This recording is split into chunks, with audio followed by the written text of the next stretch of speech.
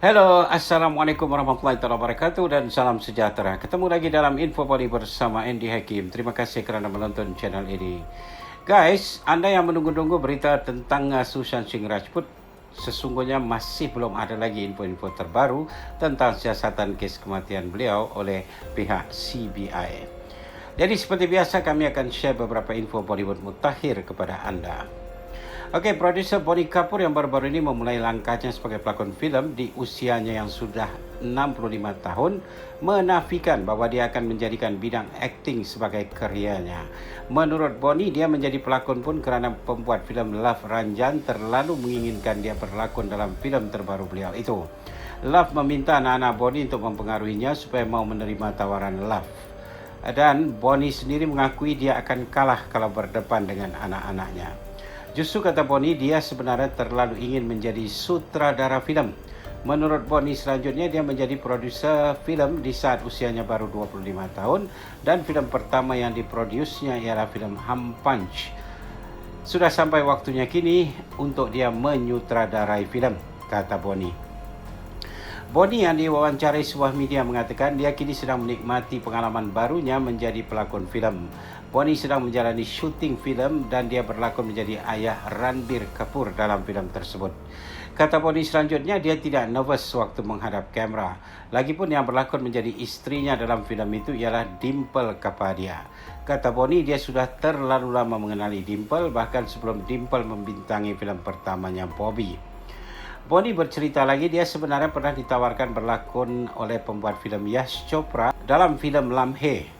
Watak yang ditawarkan Yash kepadanya menjadi kekasih Sri Devi dalam filem itu. Dia sebenarnya begitu gembira sekali dengan tawaran itu sebab dia akan dapat dekat dengan Sri Devi yang dikaguminya.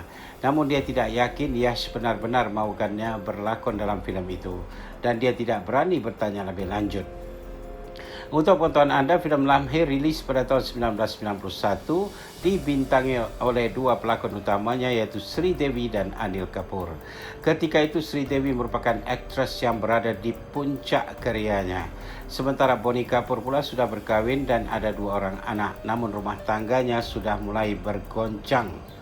Bonnie bercerai dengan isteri pertamanya Mona pada tahun 1996 dan pada tahun itu juga dia berkahwin dengan Sri Devi. Bonnie dalam wawancara itu juga ditanya kenapa dia tidak menuliskan sebuah memoir.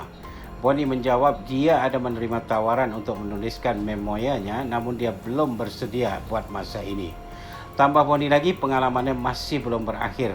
Masih banyak yang perlu dilakukannya dalam hidup. Sebab itu dia belum berfikir untuk menuliskan memoirnya. Suka atau tidak guys, terima atau tidak, sebenarnya para pembuat filem Bollywood dalam dia mengakui akan berkurangnya sambutan terhadap filem-filem baru yang dibuat Bollywood.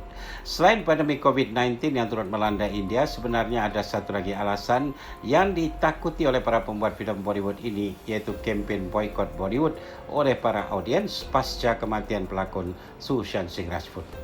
Ada satu fakta yang tidak dapat dinafikan yang terjadi dalam industri filem Bollywood. Kalau biasanya para audiens tidak terlalu mempedulikan siapakah pembuat filem yang mereka saksikan di teater-teater atau cinema hall. Mereka hanya akan menikmati filem itu berdasarkan para pelakon, plot cerita dan lain sebagainya. Namun hal ini terlihat berbeza dengan filem-filem yang dibuat oleh Karan Johar. Karan sebenarnya banyak menjadi produser untuk filem-filem yang disutradarai oleh orang lain.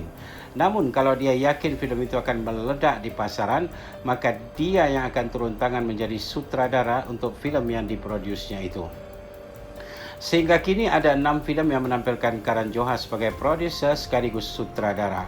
Filem-filem itu semuanya mencatatkan box office iaitu Kuch Kuch Hota Hai 1998, Kabhi Khushi Kabhie Gham 2001, Kabhi Alvida Na Kehna 2006, My Name is Khan 2010, Student of the Year 2012 dan Ye Dil Hai Mushkil 2016.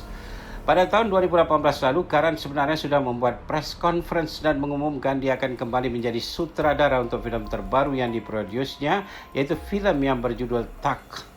Dan pada waktu itu, Karan juga mengatakan filem ini akan menampilkan 7 pelakon hebat Bollywood, iaitu Ranbir Singh, Kareena Kapoor, Alia Bhatt, Anil Kapoor, Janhvi Kapoor, Vicky Kaushal dan Bhumi Pednekar. Setelah pengumuman itu, filem ini tidak ada kabar beritanya. Hinggalah baru-baru ini sebuah media melaporkan dengan hati yang berat, Karan Johar terpaksa membatalkan keinginannya untuk membuat filem itu. Beberapa alasan diberikan untuk pembatalan filem tersebut. Di antara alasan pembatalan filem itu ialah kerana dengan jumlah pelakon popular yang banyak akan meningkatkan kos pembuatan filem itu yang mungkin akan mencecah 250 hingga 300 crore rupiah. Selain itu, pandemik COVID-19 juga turut dijadikan alasan pembatalan filem itu. Seperti juga dengan para pembuat filem Bollywood lainnya, Karan Johar dinyatakan mengalami kerugian kerana filem yang dibuatnya dengan bajet besar seperti Brahmastra dan Liger, walau sebenarnya sudah siap dan hanya menunggu waktu untuk ditayangkan, namun masih belum dapat ditayangkan hingga kini. Selain dua filem itu, filem-filem lainnya yang turut diproduksi oleh Karan Johar ialah Shershah, Dostana 2, Juk Juk Jio, dan semua filem ini tidak tahu bilakah akan ditayangkan kepada umum. Jadi memang jelas secara tidak langsung Karan Johar kini mengalami kerugian dan dia takut akan rugi lagi. Menurut berita itu lagi, Karan mungkin akan membuat filem ini beberapa tahun mendatang kalau keadaan sudah pulih kembali dan tayangan filem-filem Bollywood kembali dibanjiri oleh para audiens seperti dulu-dulu. Masih menurut berita itu, Karan juga sudah memberitahukan semua pelakon yang terlibat tentang pembatalan pembuatan filem Takht ini. Okay guys, Q&A atau question and answer. Pertanyaan anda, boleh ceritakan kenapa penyanyi lagu-lagu pop Rihanna menjadi perbicaraan di India? Kanggana juga turut terlibat dalam hal ini. Boleh bahaskan? Kami coba jawab pertanyaan anda itu. Nama Rihanna menjadi sebutan di India sebab baru-baru ini Rihanna membuat postingan di sosial medianya tentang protes para petani di India terhadap pemerintah pusat India. Memang selama beberapa bulan lalu para petani ini melakukan aksi protes di perbatasan kota New Delhi terhadap pemerintah India yang dikabarkan akan memperkenalkan undang-undang baru yang berkaitan dengan sektor pertanian.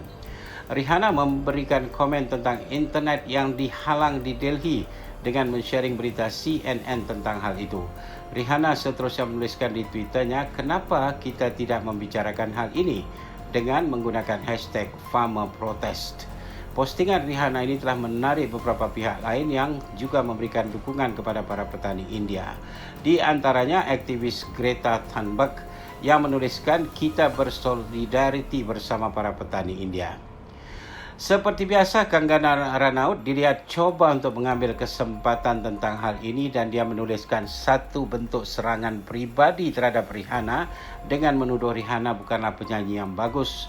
Dia penyanyi porno dan hanya coba memperagakan tubuhnya bila menyanyi dan beberapa tuduhan lainnya. Kanggana juga mengatakan Rihanna dan kawan-kawan yang mensupportnya itu semuanya teroris yang coba mengganggu India dan lain-lain tuduhan yang dianggap keterlaluan oleh sebagian netizen. Sebab itu Kanggana akhirnya diserang di sosial media oleh para netizen atas kelancangan kata-katanya itu. Arnab Goswami daripada Republic TV juga mengeluarkan kenyataan yang membantah postingan Rihanna tentang keadaan para petani di India yang melakukan protes itu. Kata Arnab, Rihanna dan kawan-kawannya tidak perlu mengajar India bagaimana cara untuk menjalankan pemerintahan di India. Arnab juga mengatakan Rihanna dan kawan-kawannya tidak mengetahui keadaan yang sebenarnya. Namun, pelakon dan penyanyi Punjabi Diljit Dosanjh justru mendukung Rihanna. Pada hari Rabu lalu, dia merilis single terbarunya yang ditujukan khusus untuk Rihanna dan lagu itu berjudul Riri. Itu adalah nama panggilan Rihanna. Lagu yang berdurasi 2 minit 16 detik itu memuji Rihanna sebagai wanita cantik dari Barbados. Diljit dalam lagu itu juga memuji Tuhan yang mengirimkan Rihanna untuk berbicara tentang nasib petani di India. Diljit Dosanjh sejak awal memang diketahui memihak kepada para petani yang melakukan protes itu. Dalam bulan Disember tahun 2020, Diljit diberitakan menyertai aksi protes itu. Namun dia meminta kepada semua petani yang melakukan protes agar melakukan aksi protes itu dengan tertib supaya pemerintah India mau menunaikan permintaan para petani itu. Lagi dan lagi Kanggana Ranaut turut muncul di sosial media dan membuat serangan terhadap Diljit dan bertanya apakah dia memang sudah membuat perancangan untuk memalukan pemerintah India. Kami pernah share info dengan anda sebelum ini bagaimana Kanggana berbalas serangan di sosial media dengan Diljit tentang isu para petani ini. Diljit Dosanjh membalas kenyataan Kanggana dan menuliskan, "Jangan coba ajari dia tentang kerjanya." Kata Diljit, dia mencipta lagu hanya dalam tempoh setengah jam. Diljit juga menuliskan, India bukan hanya negara Kanggana, tapi India merupakan negara semua warganya. Jadi siapa Kanggana yang berbicara mengatasnamakan India? Diljit juga mengatakan, di mana-mana saja dan apa saja isu Anda selalu muncul. Apakah Anda memang seorang yang oportunis? Tanya Diljit lagi. Kanggana menjawab tuduhan Diljit itu mengatakan Diljit sebagai musang berbulu ayam. Diljit hanya membalas tuduhan Kanggana itu dengan menuliskan, mulai saat ini saya tidak akan membalas apa saja Anda tuliskan dalam feed Anda. Sebab kini saya mengerti bahwa Anda sebenarnya memang menyukai permainan ini. Anda suka dibalas, jadi Anda akan tetap eksis dalam apa jua perkara. Demikian kata Diljit. Okey, semoga jawapan kami tadi sudah menjawab pertanyaan Anda. Terima kasih kerana bertanya. Okey, viewers tersayang, itu saja untuk kali ini. InsyaAllah ketemu lagi dalam video selanjutnya. Mohon subscribe bagi yang belum dan jangan lupa share video kami dengan teman-teman anda ya. Pertanyaan, pendapat atau komen anda silakan tulis di ruangan komen di bawah, atau anda boleh juga mengirimkan pertanyaan anda ke messenger Facebook kami atau DM di Instagram kami. Guys, kami mengalu-alukan pertanyaan dari anda. Anda boleh bertanya apa saja tentang Bollywood yang sekarang atau Bollywood yang dulu-dulu. Dipersilakan. Kami akan coba jawab pertanyaan anda itu. Terima kasih kerana menonton channel ini. Terima kasih Malaysia, terima kasih Indonesia, terima kasih di mana jua anda berada. Sekian, wabillahi taufiq wal hidayah. Wassalamualaikum warahmatullahi wabarakatuh. Jumpa lagi. Bye for now.